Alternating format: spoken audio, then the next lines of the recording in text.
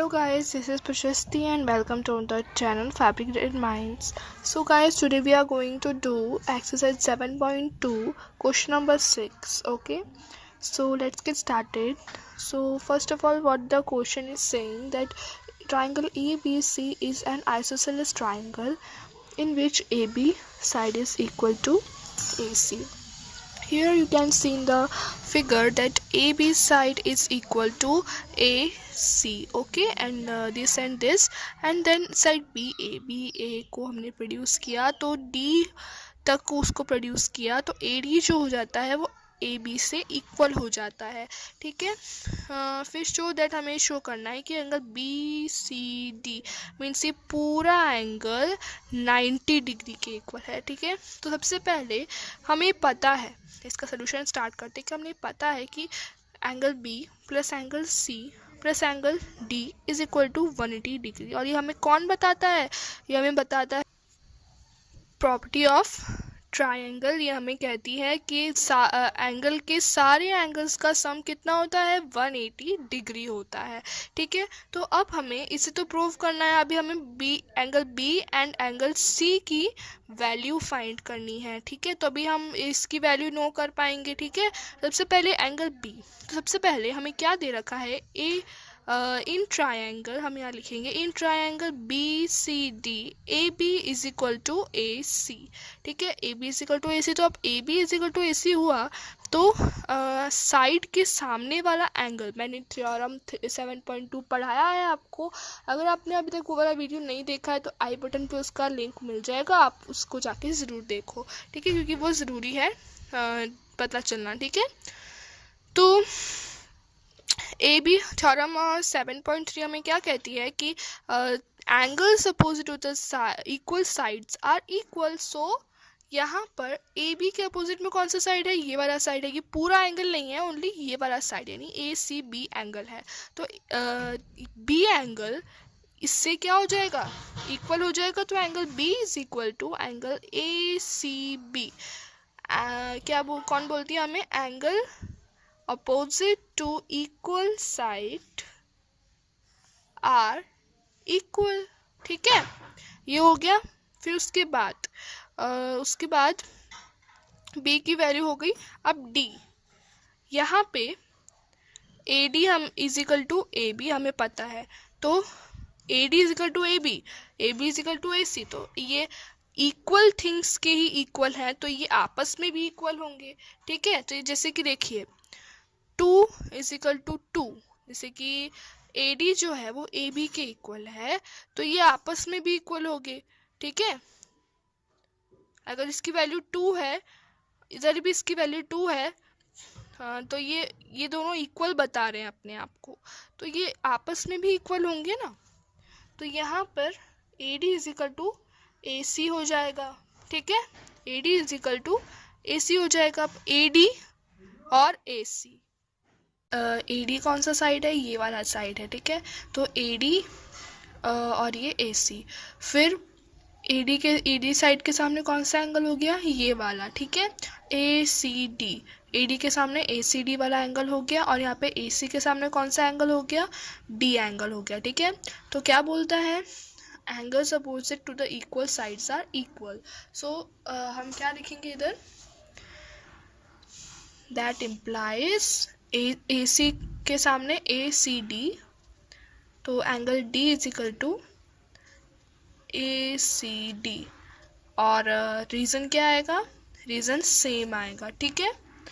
तो अब हमें दोनों एंगल्स की वैल्यू पता चल गई है, हमें B के भी वैल्यू पता चल गई है। यहाँ से ये B की वैल्यू और ये D की वैल्यू, ठीक है।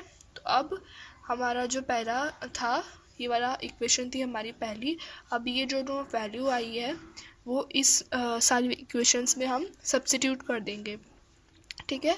तो चलिए सब्स्टिट्यूट करते हैं। देखिए angle B plus angle C plus angle D is equal to 180 degree. तो B एंगल की वैल्यू आई है ACB plus angle C plus D की क्या आई है? ACD is equal to 180 degree. अब A C B and A C D क्या मिलके क्या बनता है? ये बनता है एंगल सी, पूरा एंगल सी बनता है। तो हम इन दोनों को प्लस करके क्या आएगा, हम यहाँ पे लिख देते हैं angle A C B plus angle A C D is equal to angle C. ठीक है, तो क्या आ जाएगा इसके मिलकर आ जाएगा सी। तो यहाँ पे हम सी लिख सकते हैं, angle C plus angle C is equal to 180 degree. अब दो एंगल सी है तो हम ऐसा लिख सकते हैं, ठीक है, is equal to angle 180 degree. And अब क्या होगा कि ये मल्टीप्लाई हो रहा है इससे, तो अब यहाँ आके क्या हो जाएगा, डिवाइड हो जाएगा। तब हम इसको डिवाइड कर लेते हैं। चलिए, angle C is equal to 180 degree upon 2, ठीक है, तो क्या आ जाएगा, 90 आ जाएगा। ठीक है, तो ये हमने यहाँ से प्रूव कर दिया, यहाँ से प्रूव कर दिया, यहाँ से ये प्रूव होता है कि एंगल सी। चलिए अब हम स्टार्ट करते हैं हमारा एक्सरसाइज 7.2 का क्वेश्चन नंबर 7। तो क्वेश्चन नंबर 7 हमें क्या कह रहा है कि A B C is a right angled triangle A B C in which angle A is equal to 90 degree and AB is equal to AC. Find angle B and C. तो यहाँ पे हमें क्या कह रहा है कि राइट एंगल ट्राइंगल है और एंगल A का मेजरमेंट हमें दे रखा है 90 डिग्री। ठीक है, और AB AC के इक्वल है। ठीक है, फाइंड करना है हमें एंगल B को और एंगल C को, इन दोनों को हमें क्या करना है, फाइंड करना है। ठीक है, तो हम पहले लिख लेंगे हमें गिवन क्या है। तो in triangle A B C A B is equal to A C. ठीक है, तो ए बी के सामने कौन सा एंगल है, सी। ए सी के सामने कौन सा एंगल है, बी। अब आप यहाँ पे कंफ्यूज मत हो जाना कि इस साइड के सामने तो कोई एंगल नहीं है, लेकिन ये वाला एंगल उसके साइड के सामने माना जाता है। ठीक है, तो ये हो जाएगा एंगल बी। ठीक है, तो फिर इससे हमें क्या इक्वल मिल गया, हमें एंगल सी एंगल बी के इक्वल मिल गया। ठीक है, तो हम यहाँ पे लिख लेंगे angle B is equal to angle C. ठीक है, और थ्योरम कौन सी अप्लाई हुई, angles opposite to the equal sides are equal. यहाँ पे लिख लेंगे angles opposite to equal sides are equal. ठीक है, ये हो गया। अब उसके बाद हमें पता है, हमें सी और बी की वैल्यू फाइंड करनी है। तो हमें पता है कि पूरे ट्रायंगल के सम का कितना सम होता है, ट्रायंगल के एंगल के सम होता है 180 डिग्री। ठीक है, लेकिन जैसे उसका मतलब क्या होगा कि एंगल ए बी एंड सी को जब हम ऐड करेंगे तब उसमें हमें क्या मिलेगा, 180 डिग्री। ठीक है, तो angle A plus angle B plus angle C, तो क्या मिल जाएगा, 180 डिग्री मिल जाएगा। ठीक है, उसके बाद ये हो गया। अब इसकी वैल्यू तो हमें दे रखी है। ठीक है, इसकी वैल्यू तो हमें दे रखी है ए की, तो हम ए की वैल्यू लिख लेंगे 90 डिग्री। ठीक है, बी, अब हमें ये पता है कि B जो है वो C के इक्वल है। तो यहाँ पे मैं चाहूँ तो B भी लिख सकती हूँ, चाहूँ तो C भी लिख सकती हूँ। यहाँ पे मैं B लिख रही हूँ, तो यानी 2 बार एंगल B हो जाएगा यहाँ पे। ठीक है, मैं यहाँ पे B लिख रही हूँ, आप C भी लिख सकते हो, क्योंकि ऐसा कोई फ़र्क नहीं पड़ेगा क्योंकि दोनों इक्वल ही है। ठीक है, तो 2 बार एंगल B आ जाएगा, 180 डिग्री हो जाएगा। फिर तो यहाँ पे 2B is equal to 180 upon 90। ये सॉरी, ये ऐसा नहीं होगा, ये माइनस में जाएगा, यहाँ पे प्लस में तो माइनस में आ जाएगा, सॉरी। ठीक है, तो 2B is equal to 90 degree. ठीक है, फिर इसके बाद देखें तो B is equal to 90 plus upon 2, तो 45। बी एंगल 45 आ गया। अब क्योंकि ये 2 थे तो सी एंगल भी कितना आ जाएगा, 45 आ जाएगा, क्योंकि दोनों इक्वल ही थे ना। तो हमने यहाँ से फाइंड कर लिए अपने दोनों एंगल्स। ठीक है, यहाँ पे लिख देते हैं angle B is equal to 45 degree and angle C is also equal to 45 degree. Okay, सो ये तक हमारा क्वेश्चन नंबर 7 था. अब हम क्वेश्चन नंबर 8 देखेंगे. तो गाइस क्वेश्चन नंबर 8 करेंगे हम. चूँकि क्वेश्चन नंबर 8 बहुत ही छोटा है इसलिए यहाँ पे मैंने साइड में इसका कॉलम बना लिया. तो ये क्या कह रहा है हमें कि show that the angles of an equilateral triangle are 60 degree each. तो मतलब एक इक्विलेटरल ट्रायंगल के, सपोज ये ए बी सी ट्रायंगल है, इसके सारे साइड्स, जिसके इक्विलेटरल है तो सारे साइड सेम होंगे. अब एंगल्स जो हैं वो भी बोल रहा है कि 60 डिग्री होगा हर एक का. ठीक है, तो चलिए देख लेते हैं. तो हमने ट्रायंगल ए बी सी बनाया है. तो triangle A B C, A B is equal to AC and AC is equal to BC.